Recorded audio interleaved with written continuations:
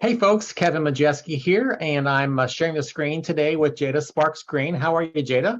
I'm doing great, Kevin. How are you? I'm doing fabulous. Well, folks, obviously we're both in real estate. We're both Carpenter agents. I'm with the Carpenter Anderson office, and Jada, of course, has done business in Madison County and surrounding areas for many, many, many years. But she's taken us down to the Geist office right now. So, how's the Geist office?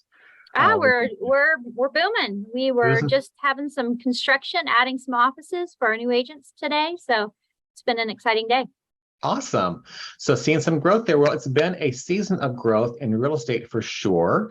So we thought we'd do a little how's the market, folks, because gosh, for the past 2 years, Jetta, it's been a very strong seller's market. Houses selling in a couple of days for list, whatever list.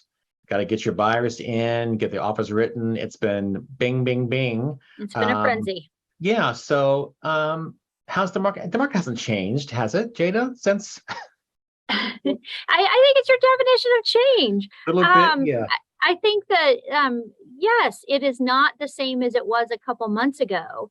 yeah, But I do, I caution people with these expectations of crashes and bubbles bursting and those types of comments because I think that that's pretty misguided. And we've got buyers and sellers out there that are trying to make decisions, yeah, and they should, really understand where the market is today, where it might go. Of course, we're just trying to predict the future, yeah, in the future, and we certainly have some historical data that we can base that off of.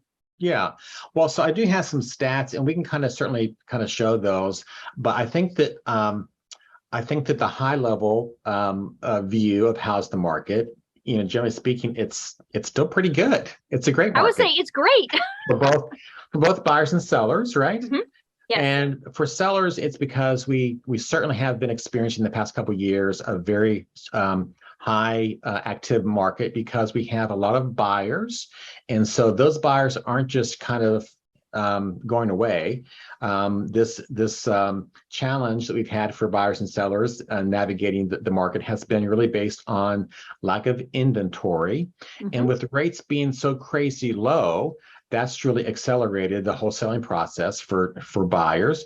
And so a couple of things have changed recently with the rise in interest rates for houses. That has put some buyers in a position of revisiting Hmm. their buying power. And Hmm. of course, there's kind of an initial reaction to that a little bit. So buyers are still out there, but they're maybe taking their time in terms of like making their best offer. Hmm. I guess maybe sellers were still seen, as the stats will say, show us, still selling for very strong numbers. Hmm. And so, with the imbalance, maybe it's not the right word, but the imbalance of inventory being in high demand, that just naturally creates, statistically and in reality, kind of a seller's market still. But Yeah. with rates being still crazy low, it's not a bad time to buy. Wouldn't you agree, or what are your thoughts? Just a couple things about all of that. This is the most basic supply and demand economic principle that there is. We have more buyers than we have sellers. And that's what's created this rate of appreciation for our sellers that's been so steep, just almost hard to believe over the last year and a half or so. And I want to point out right now that the difference between a uh, a a decrease in market value or value of your house and a decreased rate of appreciation, all that means is it's going up. It's just going up slower than it did before. So this is not a change in the market that is causing sellers to lose value. There is no bubble, in that. And we still have, there are some buyers on the sidelines right now because of interest rates, thinking that they may come down or fearful that they, can't afford. Affordability is a question in today's market. But we still have 5 years of millennials that have not gotten to home buying age. Yeah. So this fundamental supply and the fundamental demand part of this is still there. And when you talk about balancing that a little bit, the interest rates are tempering the demand, but also there's more people wanting to sell their house because they see those values and they want to take advantage of that. So that is what's shifted slightly from the frenzy. Okay, well, let's pause here for a second and just show some stats if I can. Let's see here. I've got this. So what we're looking at here is the month over month. This is April of this past year.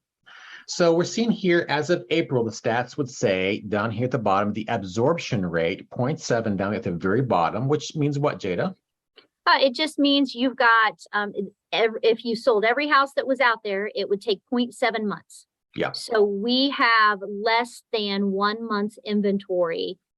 If no other house was listed, we'd sell them all in 0.7 of a month. Yeah, and you can see just in the markup from there that again, this is April, but houses were selling more than listed, and days on the market 4. This is a look at July, which you can see here right away that the absorption rate has increased, and so that means that it's taking a little longer for the inventory to provide a few more houses. Yeah, more houses. Yeah, 8 days on the market, but still we have a very strong increase in our sale price. So just from April to July, you can see that the median sales price still on the rise. Took a little longer to get things pended. And we have, again, a slight shift in percent of list price received. And that's just kind of a bit of the. I want to pause here. Yeah. I want to pause here. This decrease in percentage of list price received, let's recognize that's still 100%. Oh, is that right? Right, 100%. So when we hear things are shifting and it's no longer a seller's market, the sellers are getting 100% on average of their asking price in about 8 days. Hey, that's not bad. Not bad. Not going to complain about that. Yeah, and if your agent is pricing your house right, then you're good. And also, I would say the percent of list price, as the market has shifted from early spring when buyers were getting list price and made some cash appraisal gap on top of it, at this point we're seeing July. The list price most likely baked into that price, still a good amount of appreciation. Look at the top line there. Yeah. From April to July, 275 to 294. Now so the other thing that we do talk about median sales prices and not averages. A median is the middle. Because if you talk about an average, something on the high end or the really low end can really skew those numbers. So if you talk about the median, it's just moved up almost $20,000 since April. So, we have not, there's been no bursting of bubbles here. Yeah. No bubbles bursting, certainly by the stats there. And I do have some county by county things. Do you want to look at that, or should we just get kind of back to high level thoughts about the market? I think that this is what we're looking at right here is across the board. I think that my suggestion to anybody out there considering a real estate move right now is it's really important, though, to connect yourself with an agent that understands this. Because if you don't, you're going to overprice your house as a listing, or as a buyer, you might end up losing a house because you don't offer enough, or overpaying because you're still in, months ago mindset. And so just really look at, and each pocket is different. Madison County is different than Marion County, which is different than Hamilton County. And so make sure that you've got your expert by your side. And houses in each of those counties vary from one type of house or a price point. So a house, and at the higher end in both markets just typically takes longer to sell than the house that's kind of in the middle of where most buyers are. And so that kind of will always kind of stay the same. But yeah, you have to work with someone who understands what the market is doing and having the right expectations for the sale of your property. And of course, buyers have to be keenly aware that, I mean, there are still homes in certain properties and that, you don't have 8 days to think about it. You really do have to be responsive. Yeah. Take this from the buyer standpoint as an opportunity. Last week, I got an offer accepted for one of my clients, and he's been trying for months. It just went from competing against 12 offers to he had to compete against 2, and his was accepted. And it was still, a strong offer for the seller, but a good opportunity for him. So there is just a lot of, this shift, I think, is great because it's still providing opportunity for both sides, both buyers and sellers. And if you're a buyer,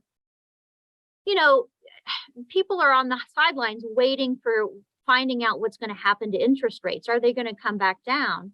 And my suggestion there is to recognize that we in the industry, including national leaders all the way down to our local market experts, don't believe that prices are going to come down. They, like I said earlier, they will slow their rate of increase, but houses next year will still be worth more than they are today. So if you're a buyer, you're paying more next year than today. Buy at today's prices and refinance later if the rates come down. You are not married to your interest rate, but you are to the price you pay for the house. And, there is an element of this that is always true, which is we have a better understanding of the market that we're in. That's more concrete than projecting what the market might do in a month or 3 months. So if you look at the price of a home today, and we're expecting things but rates, who knows what the rates will be? So make your decisions based on the current market, and don't try to figure out too much down the road. Rates today are still historically low. What happened during the COVID market was just insane, and I think probably unsustainable. But to make a smart choice, buying and selling, using the information that you have at hand, I think is the most important thing to do in terms of making the right choice for right now. It's a life decision. It's not a game. It's not a game to play to try to beat the market one way or the other. So make the decision that is best for you, best for your family, but just recognize that we believe, with all of my being, that it is a great time to buy a house. Yeah. It's still a great time to sell a house. So it is. Okay. Well, thanks so much, Jada. And I will post, I think I can post this with a video, but let's tell folks how they can find us on social or whatever. Yeah. Steve and Jada Real Estate Team, Instagram, Facebook. I am still Jada Sparkscreen as a personal social handle as well. And steveandjada.com is the easy way to find us. Okay. steveandjada.com and kevinmajeski.com and social as well. Just look for Kevin _ or Kevin Majeski Realtor. But I'll see if I can post that along with the video here. So, all right, folks, if you have any questions looking to buy or sell, we're in the know. We're in the know. So, all right. Well, thanks so much, Jada. And we'll continue to make the most of this incredible market for our buyers and sellers. So, all right. Absolutely. Thanks a bunch. Bye.